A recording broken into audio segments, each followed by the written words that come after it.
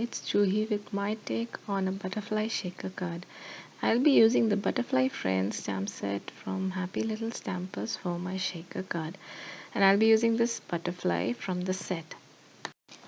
Now, ideally, you will be using dies, coordinating dies with the stamp set to make your shaker card. But since I do not have the matching dies for this butterfly, I'll be using my Silhouette Cameo. I used the Pixscan mat of my Silhouette Cameo to make digital cut files for the butterfly, and then I went ahead and made a digital cut file for the entire background. So I put two butterflies and the frame, and I cut multiples of it on my Cameo. So I cut around eight backgrounds, and I want to layer them to create depth.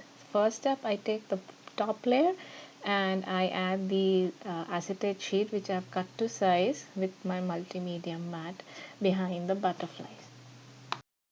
Now this is my very first shaker card that I'm making. I've always wanted to make one, but this is the very first time I actually have gone ahead and made one. So I do land up doing a lot of goof ups in it, which you'll see in the course of the video. So I hope I'm pretty sure I won't make those same mistakes again.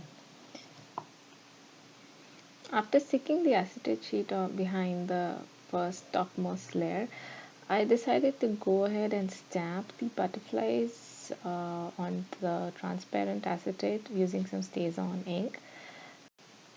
Even though the butterflies look awesome stamped on the acetate, as you'll see towards the end of the video, when I place these stamped butterflies on top of my sequence in the shaker card, when I mount it on the top, it doesn't look so great because the stamping kind of masks out the whole shaker part.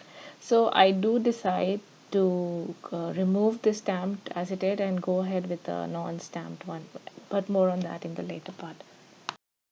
After stamping the butterflies, I go ahead and stick all the layers together with some liquid glue, and then I want to add some pattern paper at the back of the butterflies in the bottom. So at the bottom I measure out and stick on my pattern paper at the back of the butterflies. Now here again, instead of sticking the paper using the butterfly template, the background as a guide, I'm trying to fit the paper onto the cardstock base and do something with it. So in the end, I do eventually figure out that it's better to place the pattern paper behind the butterflies rather than placing it onto the cardstock base.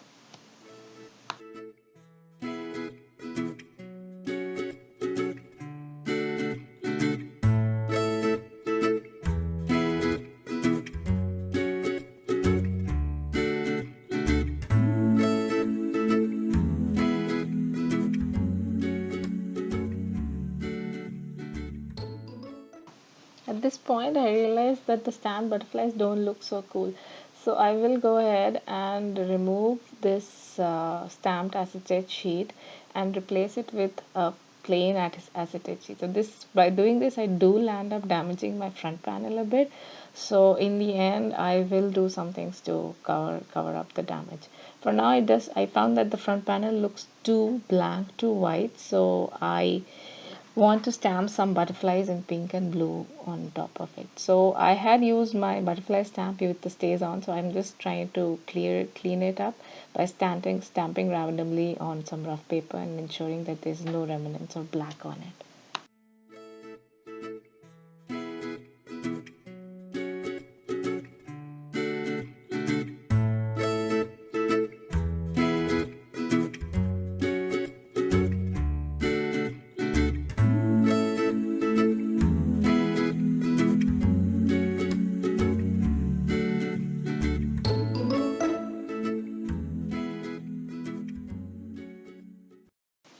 I finally add my sequence mix. I think I got this free from a purchase.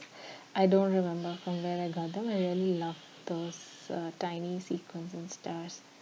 So now I'm going to go and adhere my top panel with the acetate sheet onto the bottom part.